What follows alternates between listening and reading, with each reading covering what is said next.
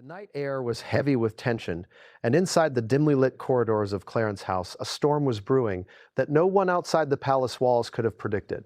It was a storm not of nature, but of power, betrayal, and the kind of decisions that would ripple through the royal family and the world, like a thunderclap.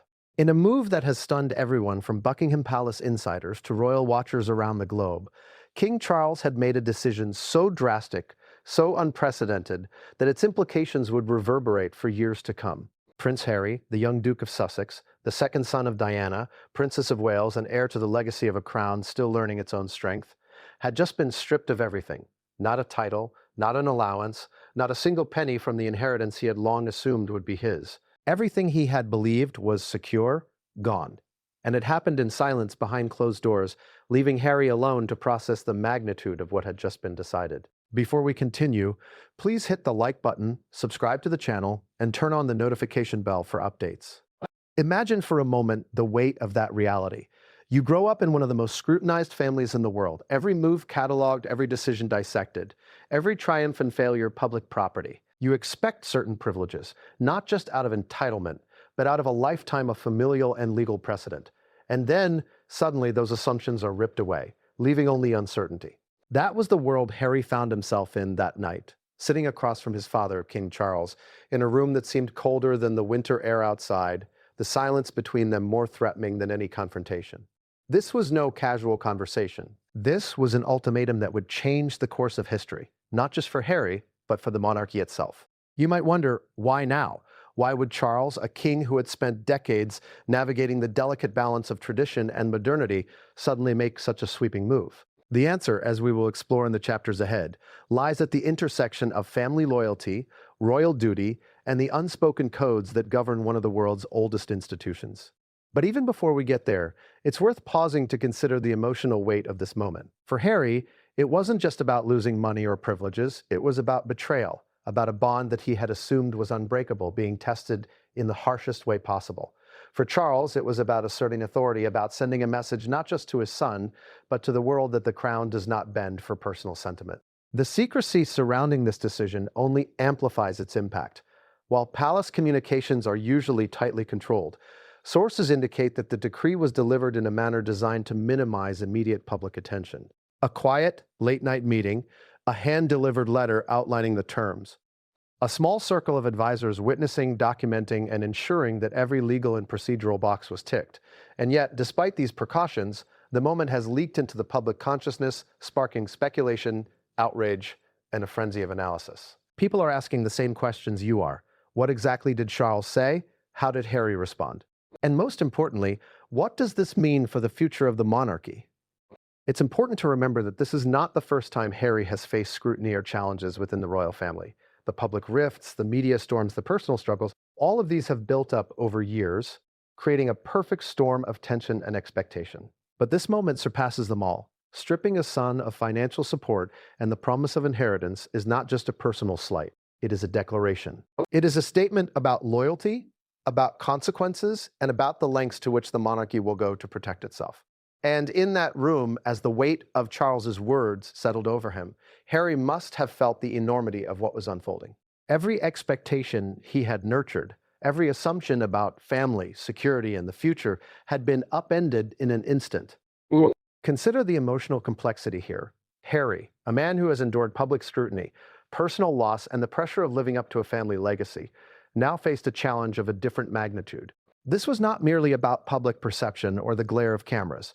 It was about intimate betrayal, about the intersection of duty and family loyalty, and about the harsh realities of power when it is wielded without compromise. And yet, even in the midst of this, there is curiosity, there is intrigue, there is a story that goes beyond mere scandal. Because within this crisis, there are clues, there are hints, there are pieces of a puzzle that, once assembled, reveal a much larger narrative about the royal family, about Harry's place within it, and about the future of the crown itself. To fully understand this story, we need to explore not just the events of that night, but the context that led to them. Charles, now king, has always been a complex figure, someone balancing personal relationships with the weight of institutional responsibility. His decisions, while sometimes criticized, are always calculated, often informed by decades of experience navigating both the royal family's internal dynamics and the pressures of public expectation. Harry, by contrast, has grown increasingly independent, carving out his own path in the world, often in ways that challenge tradition and provoke debate. The friction between these two approaches, between innovation and tradition, between personal desire and institutional expectation, has been simmering for years, and on that fateful night it boiled over in a way that no one could have anticipated. But there's more to this story than the clash of personalities. There are advisors, there are documents, there are legal precedents and private correspondences that all played a role in shaping the outcome. There are whispers in the corridors of power, carefully guarded secrets that have now begun to emerge, hinting at the complexity of palace politics and the strategic thinking behind the decision. And while much of this remains hidden from the public eye, the fragments that have leaked tell a story of meticulous planning, calculated risk, and an unflinching determination to uphold authority, no matter the personal cost. And so as we begin this journey into the events that have rocked the royal family to its core, it's worth asking yourself, what would you do if faced with a choice between loyalty and survival, between family and principle? How far would you go to protect your own interests, and how far would a father go to protect the institution he has inherited? These are not just rhetorical questions, they are the very questions that define the drama unfolding within the walls of the palace, the drama that will shape the lives of Harry, Meghan, and every member of the royal family for years to come. By the end of this video, you will understand not only what happened, but why it happened, and what it means for the monarchy and for Harry himself. You will see the intricate web of power, emotion, and strategy that led to this unprecedented decision. And you will witness the beginning of a story that is far from over, a story of loyalty and betrayal, of power and consequence, and of a son navigating the most dramatic challenge of his life. But before we get to all of that, there is one fact you need to hold in your mind. This was not just a financial decision. It was a statement, a warning, and a turning point that could redefine the royal family forever. And as you watch, you will begin to understand just how deep the ramifications go, and how far the consequences will reach. Because what Harry did next, what he thought, what he felt, and what he ultimately decided to do, would set the stage for a confrontation, a revelation, and a series of events that no one outside the palace could have imagined. And it all started with that one night, that one conversation, that one ultimatum. But what came next would change everything, and no one saw it coming. What would you do if your father, a king, summoned you in the dead of night, not for advice, not for a conversation about tradition, but for a decision that could upend your entire life? That was the question hanging in the air the night Prince Harry received the call that would change everything. It wasn't a casual summon. It wasn't a polite, family-centered chat. It was a summons heavy with consequence, delivered in a voice calm, almost deceptively serene, but carrying the weight of decades of authority and expectation. Come to Clarence House tonight. We need to talk. Those 6 words alone were enough to send ripples of anxiety through Harry's mind. And yet, even in that instant, he could not have imagined the scope of what awaited him. The drive to Clarence House was silent. The streets of London were quiet, a calm night masking the storm that was about to erupt inside one of its oldest royal residences. Harry sat in the back of the car, staring out at the streetlights, each one blurring past like fragments of memory, moments of childhood, moments of loss, moments of struggle. His mind raced, imagining scenarios. Was it about finances, a request for a public appearance? Another debate over the media narrative that had followed him for years. Nothing could have prepared him for what was coming. Upon arrival, the atmosphere was immediately different. The usual warmth of the staff and soft lighting of the drawing rooms was replaced with a cold, calculated precision. Doors closed behind him, footsteps echoed on polished floors, and an air of quiet expectation hung in every room. Advisors were present, but not in the visible ceremonial sense. They were shadowed figures, quietly observing, taking notes, ready to ensure that every word, every gesture, every reaction was documented. Even the walls seemed to hold their breath, as if they too were aware of the magnitude of the night. As Harry entered the room, Charles was waiting. Not standing, not pacing, just waiting. Calm, controlled. A king accustomed to command, accustomed to ensuring that every move played into a larger strategy. The contrast between father and son was stark. Harry, anxious, raw, filled with the nervous energy of someone who knew he was about to face judgment. Charles, composed, serene, but with eyes that bore into Harry in a way that made it impossible to hide anything. Every inflection, every pause, every word was loaded with meaning. "What is this about?" Harry asked, almost instinctively, his voice steady on the surface but trembling underneath. He had learned to control his expressions, to manage his public image, but here, in this intimate, high-stakes moment, control was a fragile illusion. Charles's answer was calm, deliberate. "Harry, we need to talk about your future, about the responsibilities you bear, about the choices you've made." Those words, seemingly innocuous, carried the weight of judgment. It was the kind of language carefully chosen, designed to open the door without revealing the full scope of what was coming. And yet, Harry felt it immediately. A chill ran through him. There was an edge, a precision, a sharpness beneath the calm tone. Something was coming. Something he could not yet see, but would soon feel in every fiber of his being. Charles began with context, as a king often does. He spoke of duty, of the crown, of tradition. He reminded Harry of the long history of the monarchy, the expectations placed upon every member, the delicate balance between public service and personal desire. But even as he spoke, the subtext was clear. This conversation was about more than reminders or guidance. This was about boundaries, about limits, about what was permissible for a prince who had stepped too far, or so the narrative would be framed. Harry listened, absorbing each word, each pause, and then came the first hint of the ultimatum. It was subtle at first, almost imperceptible. A question. "Harry, do you understand the implications of your choices, the consequences of your actions?" The tone was measured, but the weight was undeniable. Harry's heart raced. Consequences. The word hung in the air like a sword suspended by a thread, threatening to fall. He wondered, briefly, if this was a prelude, a warning. But even the warning carried weight. It was the calm before a storm, and he could feel it in his bones. The conversation shifted. Charles laid out specific grievances, pointing to instances where Harry had acted independently, contrary to advice, in ways that challenged not just the royal image, but the structure of the family itself. There were moments described, public appearances, statements to the media, charitable initiatives that had been launched without full consultation. Each example was precise, detailed, almost surgical in its delivery. And yet, for all the factual framing, there was a subtext of personal judgment, a reminder that in the eyes of the monarchy, loyalty and obedience are not optional. They are demanded. As the conversation deepened, Harry began to feel the gravity of what was being implied. The words shifted subtly from admonishment to consequence. The tone sharpened. "Harry," Charles said, his voice low, almost measured like a pendulum counting down. "There are limits to what can be tolerated and boundaries that, when crossed, must be addressed. Your position, your inheritance, your access, all of it is contingent upon the choices you make now." It was a statement designed to provoke, to unsettle, to draw a reaction. Harry's mind raced. The realization began to take shape. This was not just a conversation. This was a negotiation. But not the kind one can walk away from. This was a battlefield disguised as a family discussion, and the stakes were higher than he could have imagined. Every instinct told him to challenge it, to defend himself, to argue, but every instinct also screamed caution. In a room like this, one word, one misstep, could seal a fate he might not be ready to confront. And then came the delivery of the ultimatum itself. The advisors, previously silent, now stepped forward, producing documents that outlined in stark detail the ramifications of Harry's choices.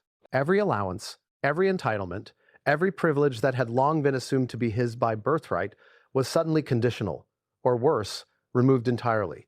The financial security he had relied on, the assurances he had carried with him for decades, were no longer guaranteed. Charles's words were calm, almost clinical. "This is the position of the crown.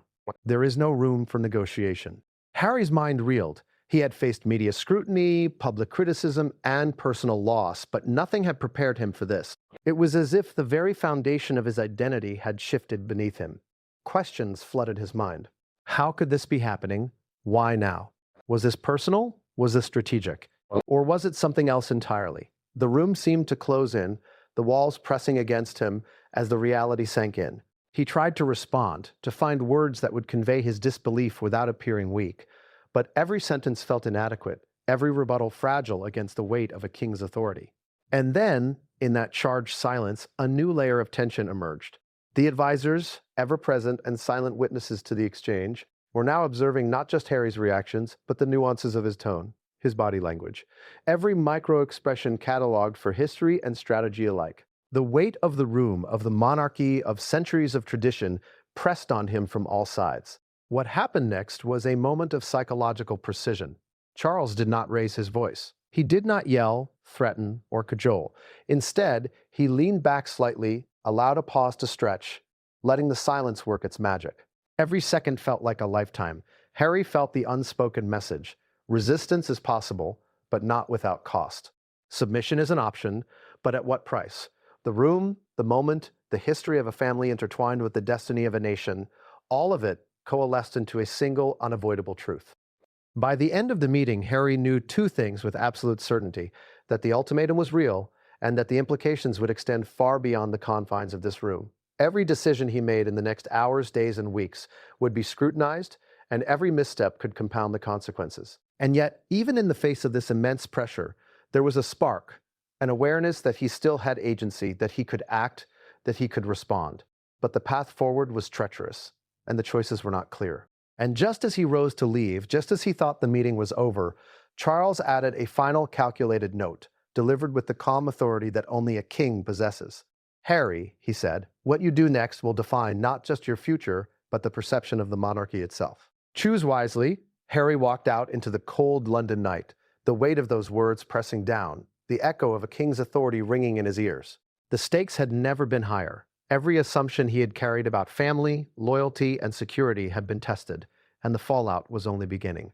The meeting was over, but the war, the negotiation, and the consequences were only just beginning. Because what came next, the choice Harry would make, the strategies he would pursue, the private and public battles he would engage in, would set the stage for a confrontation that no one outside the palace could predict.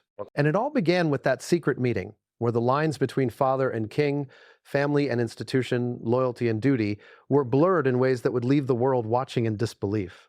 Have you ever faced a choice so extreme that it feels like the ground beneath you has vanished? That was Harry's reality the morning after the secret meeting at Clarence House. The ultimatum had been delivered with icy precision, not in anger, not in theatrics, but in a way that made the consequences undeniable. Every allowance, every privilege, every expectation he had ever held as a royal had suddenly been placed under scrutiny, contingent on compliance. And as he walked through the quiet streets of London, the weight of that knowledge pressed on him like a vice. The full scope of Charles's decision was staggering. This wasn't just a reduction in allowances or a temporary freeze on financial support. It was total. Every penny Harry had expected from inheritance, every asset promised by tradition, every entitlement connected to his position as a prince, was now effectively revoked. In essence, the king had drawn a line in the sand, and the question that lingered like a shadow was whether Harry would cross it or be permanently cut off. But the financial consequences were only the tip of the iceberg. The ultimatum carried an unspoken message about loyalty, obedience, and the hierarchy of power within the royal family. It wasn't just about money, it was about authority. Charles, having spent decades navigating the complex web of palace politics, knew exactly how to assert control without appearing tyrannical. His strategy was simple in concept, brilliant in execution. Let the threat loom, ensure the conditions are clear, and allow the weight of consequence to pressure compliance. Harry wasn't just being cut off financially, he was being tested, and the stakes couldn't have been higher.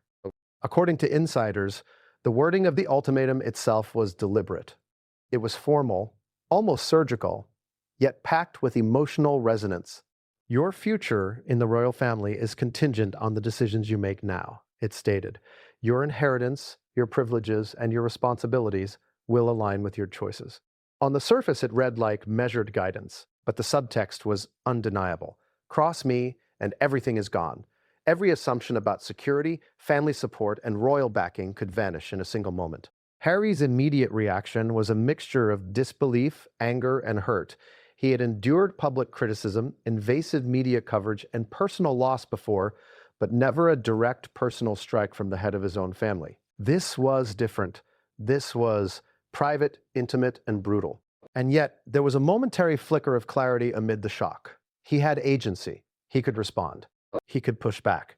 But the options were fraught with risk. One wrong move, and the consequences would be irreversible. Meghan's influence, though not mentioned explicitly in the meeting, hung over the conversation like an unspoken specter. Charles's disapproval of certain decisions Harry had made in tandem with his wife was well known within palace circles. Whether it was her charitable initiatives, media strategy, or public appearances, each move had been scrutinized and dissected, both officially and behind the scenes. And though Charles did not frame the ultimatum in terms of Meghan directly, the implications were clear. Choices made jointly with her would have consequences for Harry's future. Loyalty to her now meant potential financial and institutional sacrifice, a decision that no prince should have to confront. Yet here he was.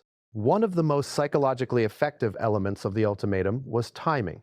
By delivering it in secrecy, in the quiet of night, and with only a few trusted advisors present, Charles ensured that the moment carried maximum emotional weight. Harry couldn't respond immediately in the public sphere. He couldn't debate with peers or rally external support. He had to process it alone, in real time, and every thought he had could be scrutinized, replayed, and interpreted by the palace apparatus. The psychological pressure was relentless, designed to test his resolve and ensure compliance without overt confrontation. Yet Harry's mind was already racing with questions. How enforceable was this ultimatum? Could he legally challenge the revocation of his inheritance? What about the public narrative? The media would inevitably hear whispers, leaks, and rumors. Would they side with him or the crown? And most importantly, how would Meghan react? She had her own stake in this situation, and the potential for conflict between love and duty loomed larger than ever. Despite the tension, a certain strategic clarity began to emerge. Harry was no stranger to calculated risk. He had spent years navigating the media, managing public perception, and building independent projects to secure his financial and personal freedom. But the ultimatum forced him to consider the intersection of personal principle and institutional authority in ways he had never experienced before. Every action now had a magnified impact. Every word he spoke, every move he made, could influence not only his own fate, but also the perception of the monarchy as a whole.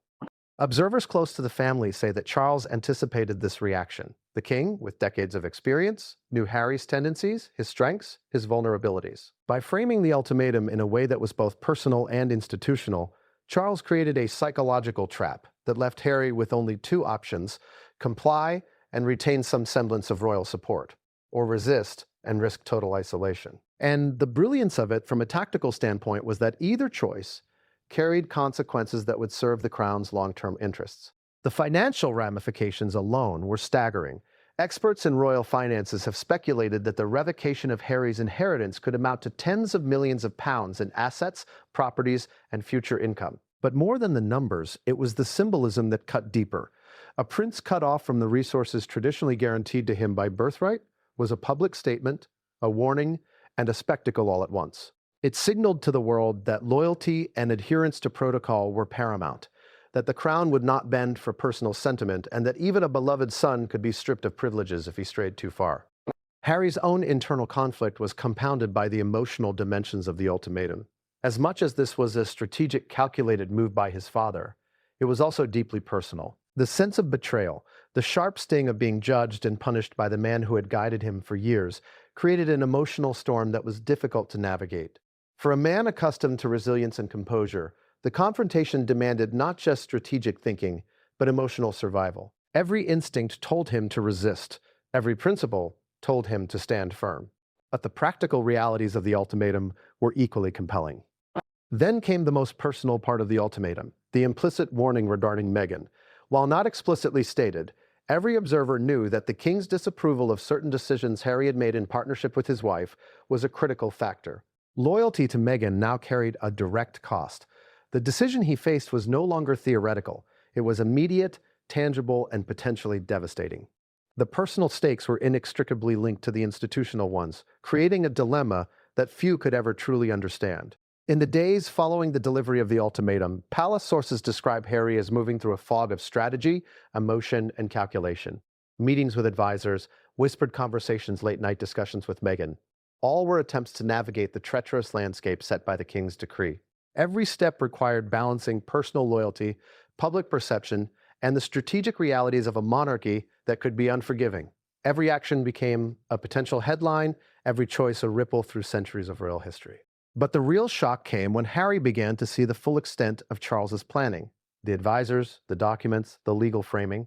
It was all designed to anticipate his reactions, to control the narrative, to limit his options. The ultimatum was not just a moment of punishment, it was the opening move in a much larger game, one that extended far beyond family dynamics and touched on the very perception of the monarchy itself. Harry realized with a sinking feeling that he was not just being challenged as a son, he was being tested as a symbol, as a potential rival, as a public figure whose every reaction could be leveraged to serve a narrative crafted by the crown. And yet, even amid this pressure, Harry's resolve began to harden. He understood the stakes. He recognized the chessboard he was now forced to play on. He knew that one wrong move could cement a narrative of failure, weakness, or disloyalty. And still, the opportunity to turn the tables, to respond strategically, and to reclaim some measure of agency began to form in his mind. But just as he thought he had begun to chart his course, just as he began to plan his next steps, a new piece of information arrived, something no one had anticipated. An unexpected document, a letter from within the palace, revealed details that threatened to upend even the best-laid plans. Secrets previously hidden were now surfacing, and the stakes were about to be raised higher than Harry could have imagined.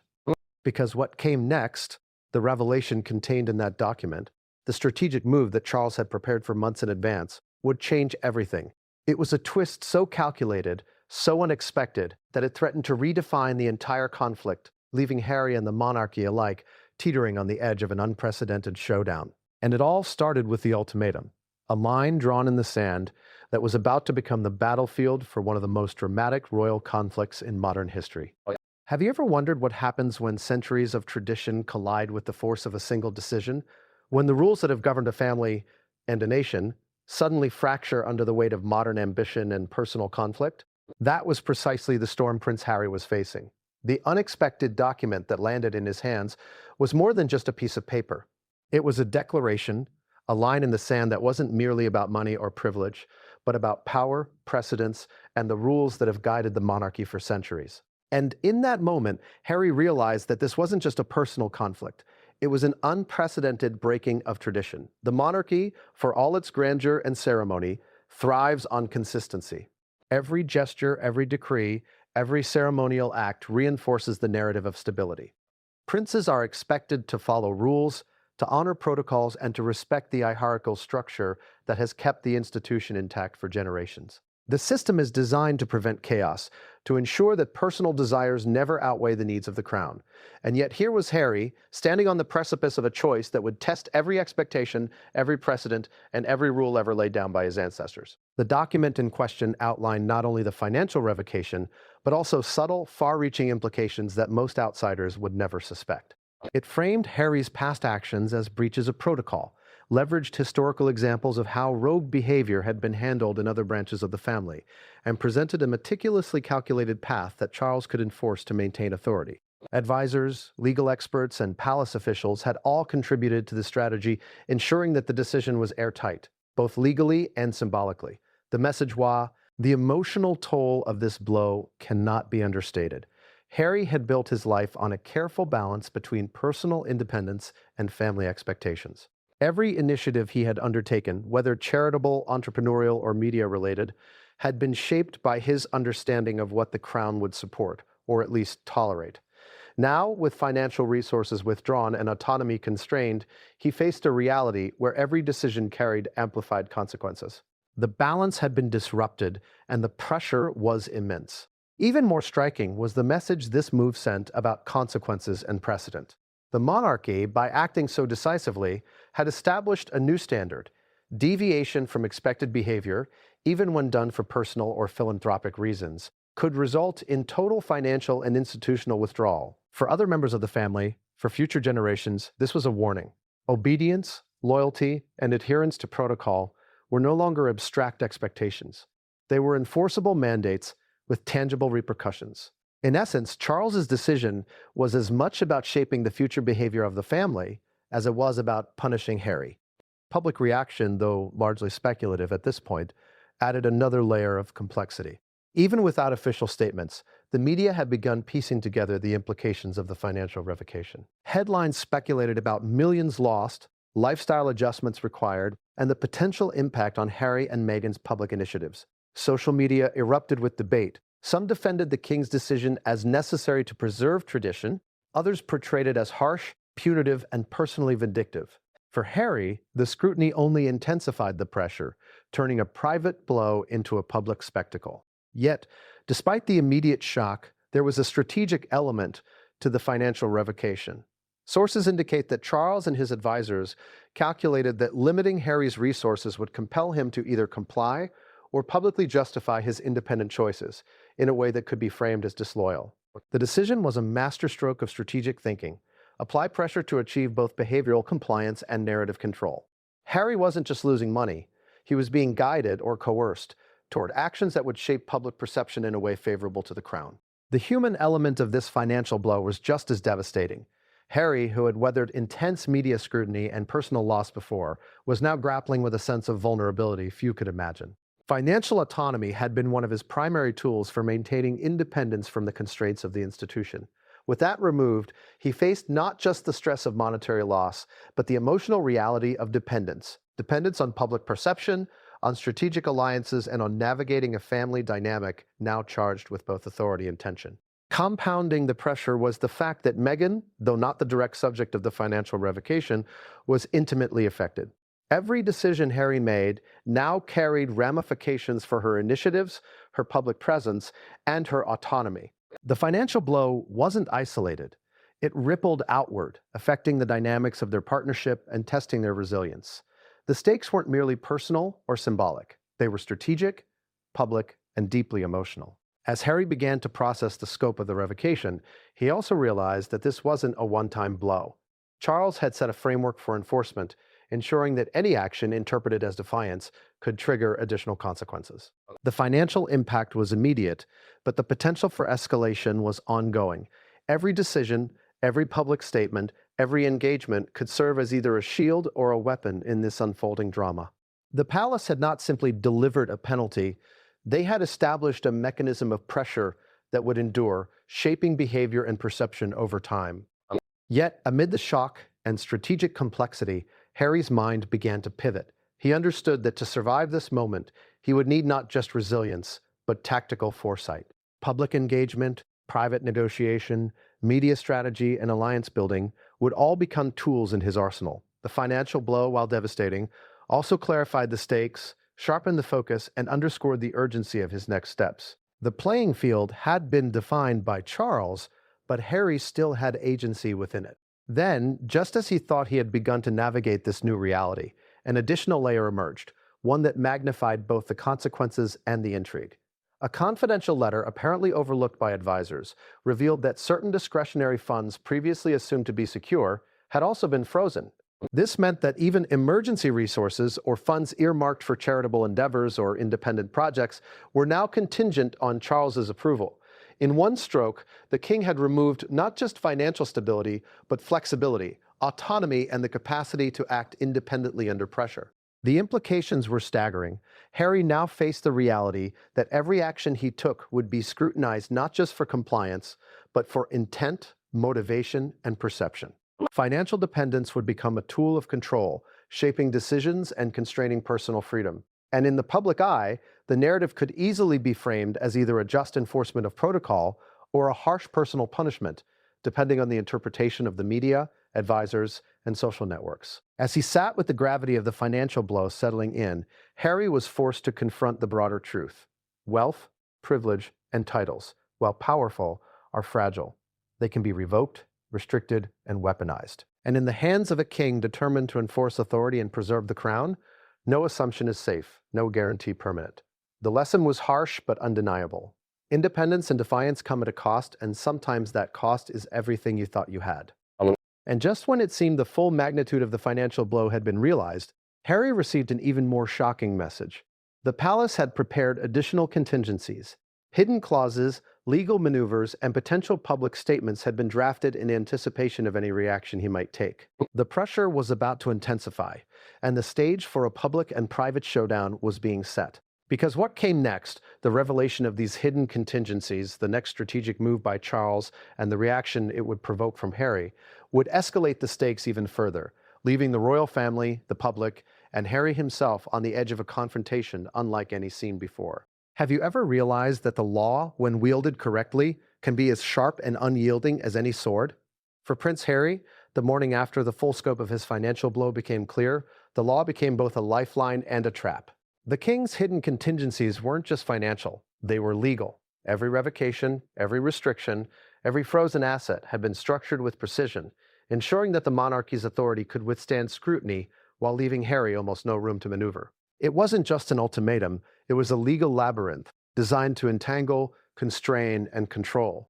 The first indication of the legal dimension came in the form of carefully drafted documents, delivered discreetly by palace lawyers. These weren't ordinary papers. They were meticulously structured to preempt any challenge. Every clause, every phrase, every footnote had been reviewed, cross-checked, and framed within decades of precedent. The language was cold, almost sterile, but every word carried the weight of enforceable authority. Harry was suddenly confronted with the reality that the very rules of inheritance, trust, and entitlement that he had assumed would protect him had been rewritten, or at the very least, interpreted in a way that left him vulnerable. Legal experts who have studied the palace's approach describe it as surgical imprecision. The revocation of inheritance wasn't arbitrary.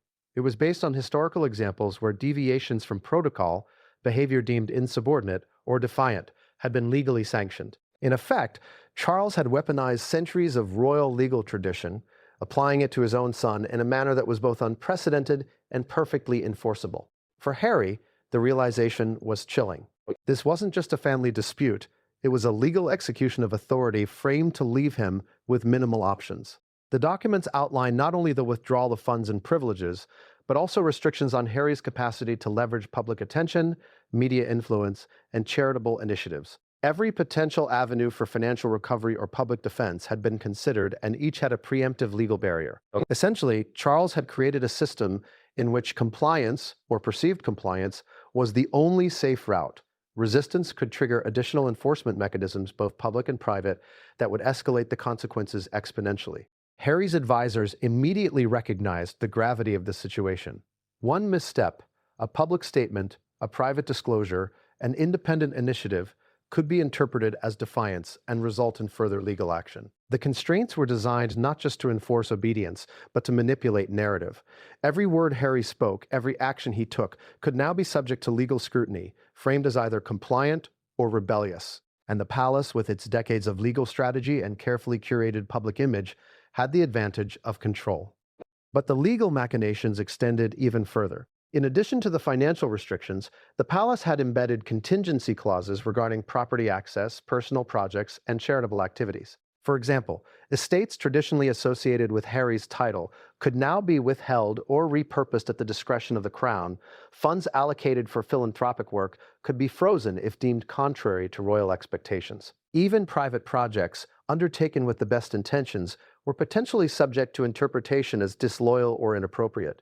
The subtlety of the legal language was both genius and ruthless. It appeared procedural on the surface, but in practice, it was a potent tool of control. At the center of this web was Harry himself, navigating a legal and emotional minefield. The psychological pressure was immense. Every decision had a dual dimension, practical and symbolic.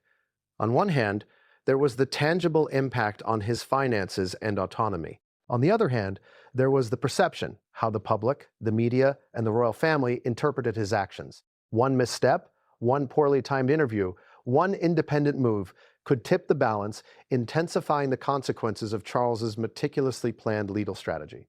One source close to the family revealed that Charles had worked with a team of legal experts for months, reviewing precedents and potential loopholes. Every historical case of royal dispute, inheritance challenge, and protocol deviation had been analyzed. The palace had essentially created a legal fortress around its decisions, anticipating every possible counter-argument Harry could raise. And yet, even with all this planning, there was an element of unpredictability, the human factor. Harry's instincts, judgment, and determination remained variables in an equation the crown had attempted to solve with near-perfect calculation. The implications for Meghan were equally significant. Though the ultimatum and legal restrictions were formally addressed to Harry, every clause was informed by the understanding that his choices were inextricably linked to hers. Public engagement, charitable initiatives, and media appearances undertaken by the couple could now be legally interpreted as acts of defiance. The message was clear. Their autonomy was constrained not just by financial dependency, but by legal oversight. Every step they took together could trigger consequences, leaving them under constant pressure to navigate both personal and institutional obligations. As Harry absorbed the scope of the legal machinations, he began to recognize a deeper strategic element. The palace wasn't just reacting to his past actions, they were shaping his future behavior. By imposing these legally binding restrictions, Charles and his advisors had effectively created a framework in which compliance would restore stability, while defiance would amplify consequences. It was a preemptive strategy designed to influence not only Harry's immediate decisions, but also his long-term trajectory within the family and the public eye. The complexity of this legal web was staggering. Even seasoned legal professionals noted the subtlety and depth of the approach. Every clause, every contingency, every restriction had been carefully crafted to withstand public scrutiny, media analysis, and potential litigation. In essence, Charles had transformed what might have been a personal family dispute into a carefully constructed legal narrative, reinforcing authority while limiting challenge. For Harry, it was both a trap and a test, a challenge to his independence framed as the rule of law. Amid this pressure, Harry began considering his options. Could he challenge the legal framework? Could he appeal to public opinion? Could he find leverage in previously overlooked provisions or historical precedent? Every option required careful calculation, because any misstep could be leveraged against him. The legal landscape was no longer simply a tool, it was a battlefield. And as in any battlefield, understanding the terrain, anticipating the enemy's moves, and choosing the right moment to act would determine success or failure.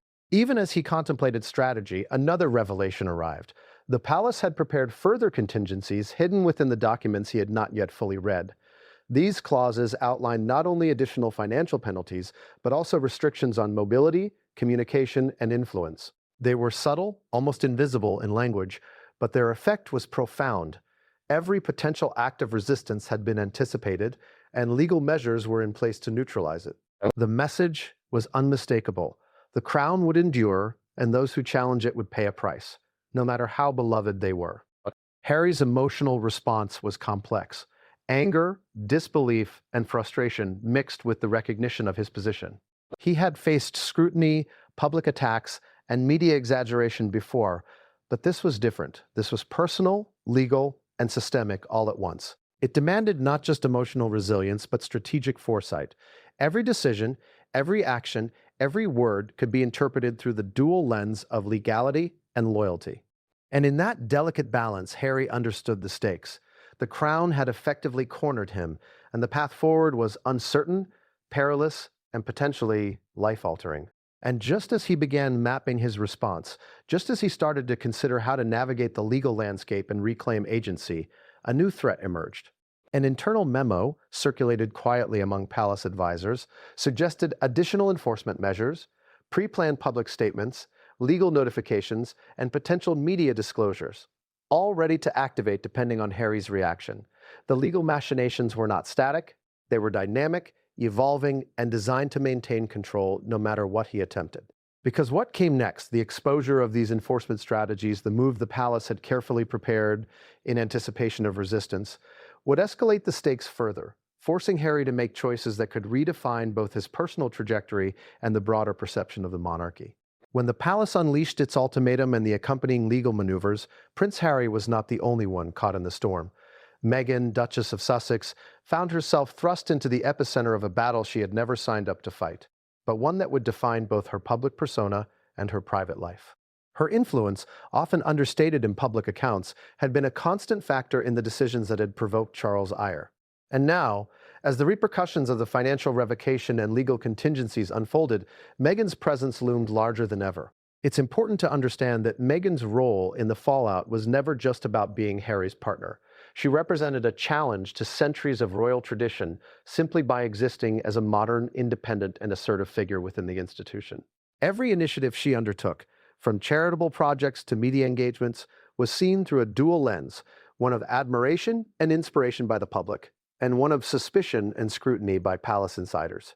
In the context of Charles's ultimatum, her influence was perceived as both a catalyst and a complicating factor, shaping Harry's decisions in ways that could not be ignored. Sources close to the palace described tense, behind-the-scenes moments in the immediate aftermath of the financial blow. Meghan reportedly became an informal strategist, quietly advising Harry on how to navigate the storm, considering both public perception and private consequences. But her involvement was double-edged. The more active she became, the more her actions were interpreted as defiance. providing additional ammunition for the enforcement mechanisms outlined in Charles's legal strategy. Every initiative she launched, every statement she made, became a chess piece in a high-stakes game where the rules had been carefully set to restrict her influence. The tension was palpable.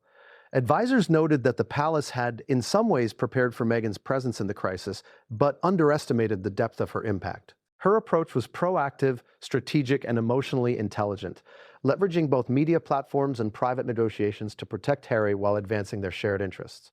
This created a unique challenge for Charles's strategy. The king could enforce restrictions, control assets, and frame public narratives, but Meghan's involvement introduced unpredictability. Her influence was subtle, persuasive, and capable of altering outcomes without ever breaking the letter of the law. One particularly delicate aspect of the fallout involved charitable initiatives. Harry and Meghan had been working on projects that were both public-facing and personally meaningful. With the financial revocation in place, questions arose about funding, control, and the legal permissibility of continuing these projects independently.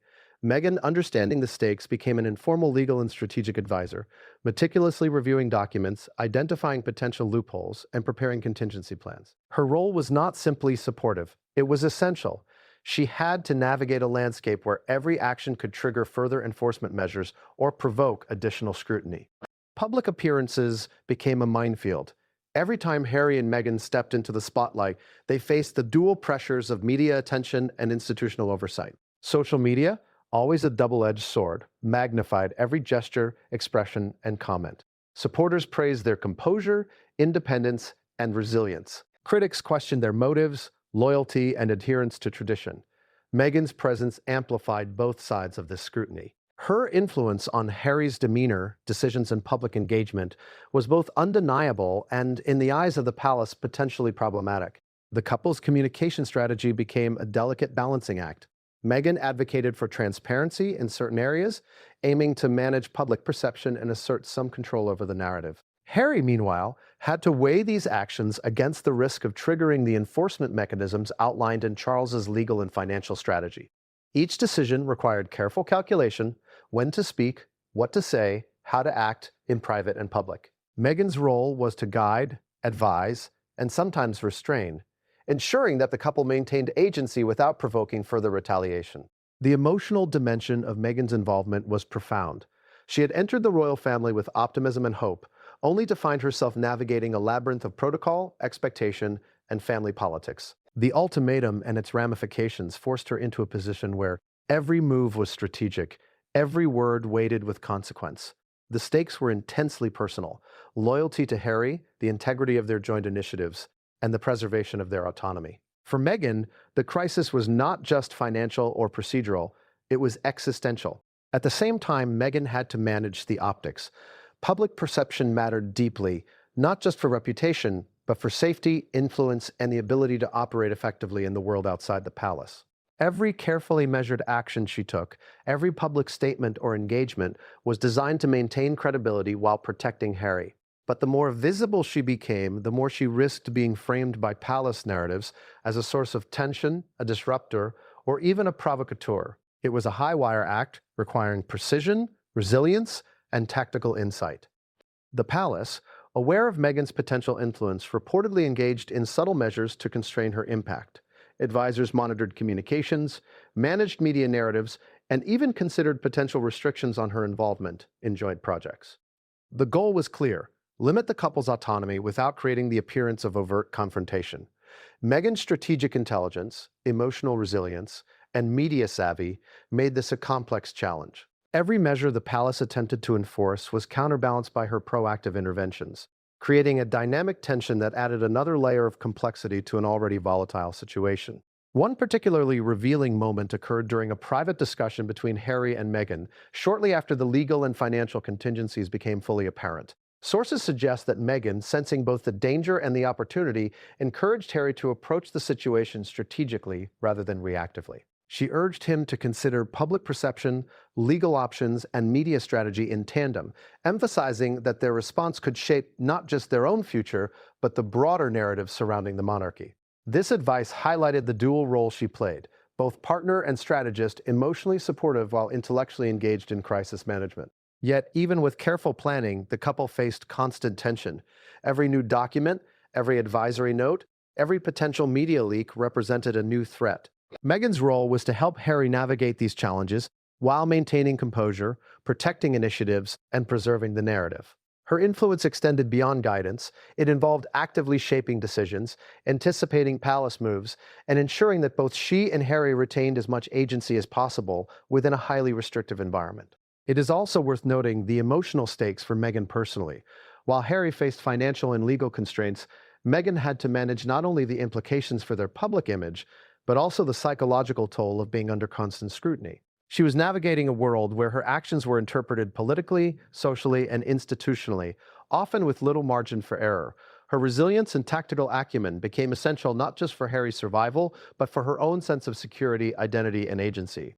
The interplay between Meghan's influence and Charles's strategy created a high-stakes chess game, with moves and countermoves unfolding both publicly and privately.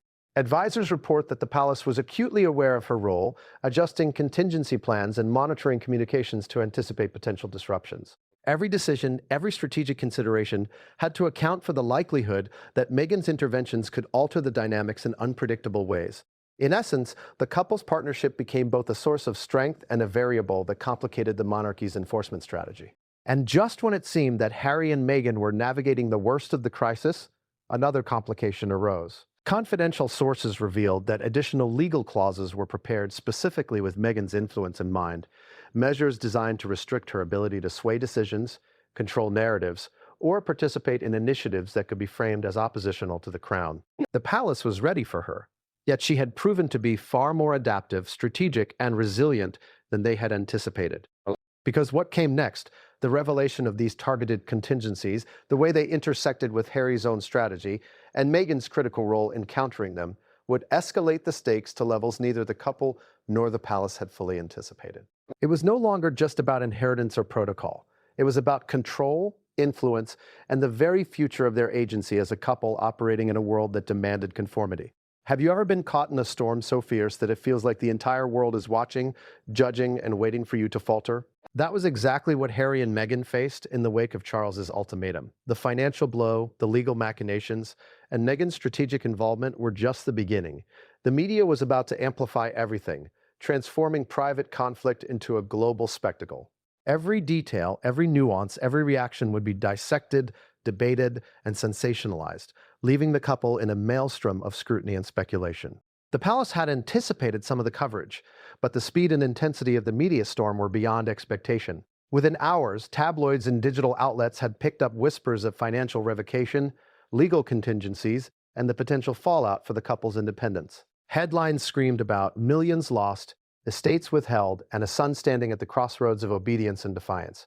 Social media, with its immediacy and relentless amplification, became both a tool for public support and a weapon of criticism. Every tweet, every post, every viral clip contributed to a narrative that the palace struggled to control. Harry and Meghan, already navigating the emotional weight of the ultimatum, found themselves under a new layer of pressure. The public was watching, the media was speculating, and insiders were leaking additional details with near-perfect timing. Every appearance, every statement, every nuance of body language was scrutinized for clues about compliance, resistance, or tension. It wasn't just a private family matter anymore. It was a global spectacle, unfolding in real time, with every moment magnified and interpreted through the lens of public fascination. The intensity of the storm forced Harry and Meghan to reconsider their communication strategy.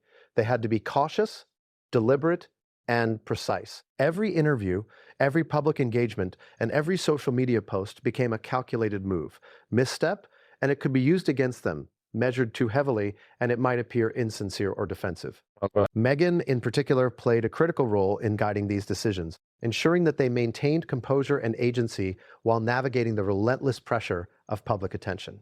The media narrative was multifaceted. On one hand, there was sympathy for Harry and Meghan, portraying them as victims of an unforgiving institution.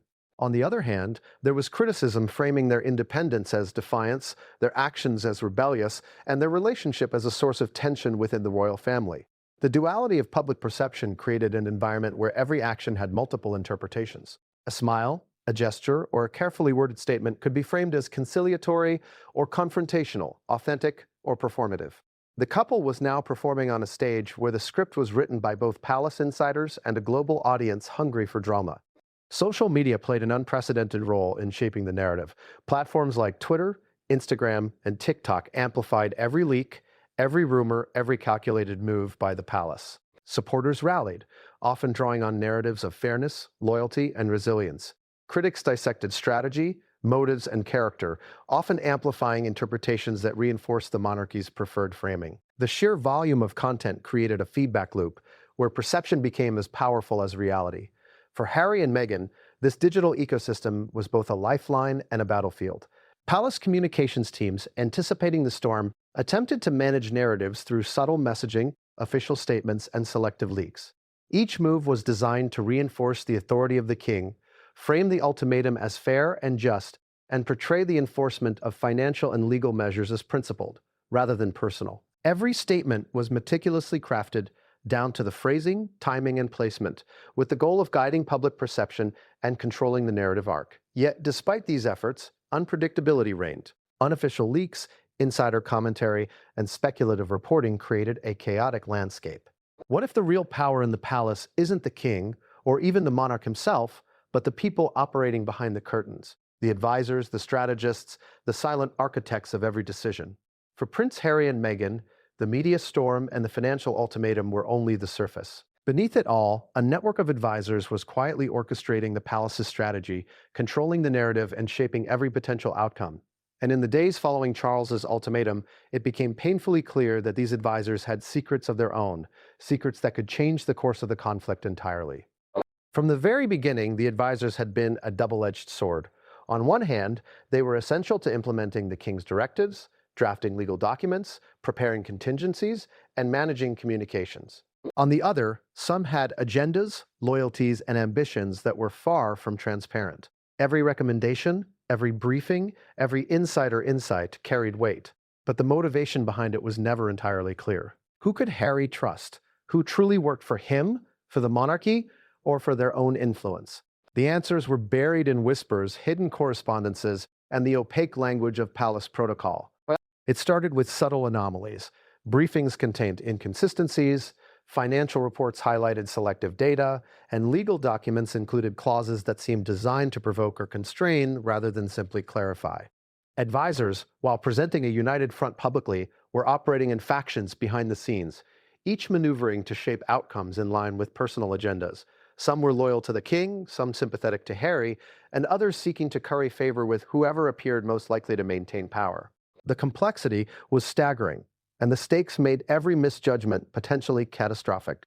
Harry quickly realized that understanding the advisors' motives was just as important as navigating the king's ultimatum. Some advisors were transparent in their intentions, genuinely concerned with protecting the monarchy's image while minimizing collateral damage. Others were strategic, leaking selective information to the press, subtly steering public perception, and influencing the legal mechanisms behind the scenes. The realization was shocking. The conflict wasn't just a matter of father versus son. It was an intricate game, with multiple players whose actions could amplify, mitigate, or completely reshape the outcome. Meghan, ever attuned to strategy, recognized the significance immediately. She began mapping the network of influence, identifying patterns, and predicting which advisors might act in ways beneficial or detrimental to their position.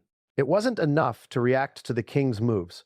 The couple had to anticipate the advisors' hidden strategies, anticipate leaks, and control what could be controlled without exposing themselves further. Every meeting, every memo, and every casual comment now required careful analysis. Trust had become a currency as valuable as money. The secrets of the advisors extended into the legal domain as well. While Charles's documents were meticulously drafted, advisors had prepared subtle back channels, additional clauses, undisclosed contingency agreements, and alternative legal interpretations that could be activated if Harry or Meghan acted unpredictably. These mechanisms were designed to preempt resistance, to frame independent action as defiance, and to maintain control over both narrative and consequence.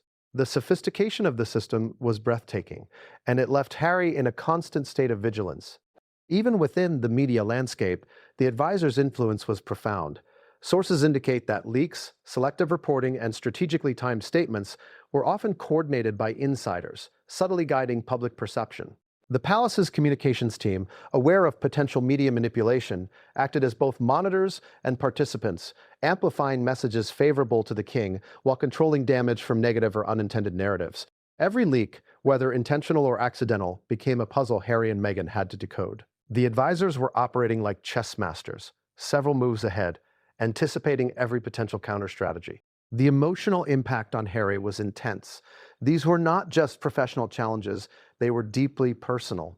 Every action of the advisors, whether transparent or secretive, reminded him of the gulf between public image and private reality.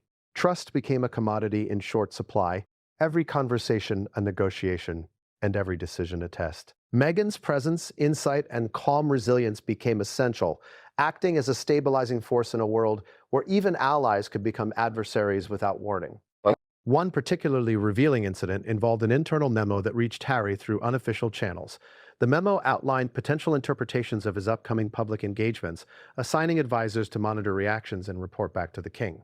While presented as routine oversight, the underlying purpose was clear: anticipate any deviation from compliance and prepare preemptive responses. The realization was unnerving. Even without direct communication from Charles, the advisors were actively shaping Harry's options, subtly constraining his autonomy and influencing his strategic choices. The advisors' secrets weren't limited to strategy or oversight. They also included personal knowledge of family dynamics, vulnerabilities, and past disputes. This insider information became a form of leverage used to influence behavior without overtly stating threats. For Harry, this meant that every interaction, even within seemingly safe spaces, could be scrutinized and potentially exploited. The palace's network of influence was invisible, pervasive, and extraordinarily effective, leaving Harry and Meghan navigating not just a family conflict, but an entire ecosystem designed to maintain control. And yet, not all advisors were aligned against Harry. A few, quietly sympathetic, provided subtle guidance, advice, and support, often risking their own position to help him navigate the treacherous waters. These quiet alliances were critical, offering insight into the palace's hidden strategies and allowing the couple to anticipate moves before they happened. The balance between loyal allies and potential threats became a game of constant vigilance, a psychological and strategic pressure unlike anything they had faced before. The revelation of these hidden alliances and rivalries only deepened the complexity of the situation.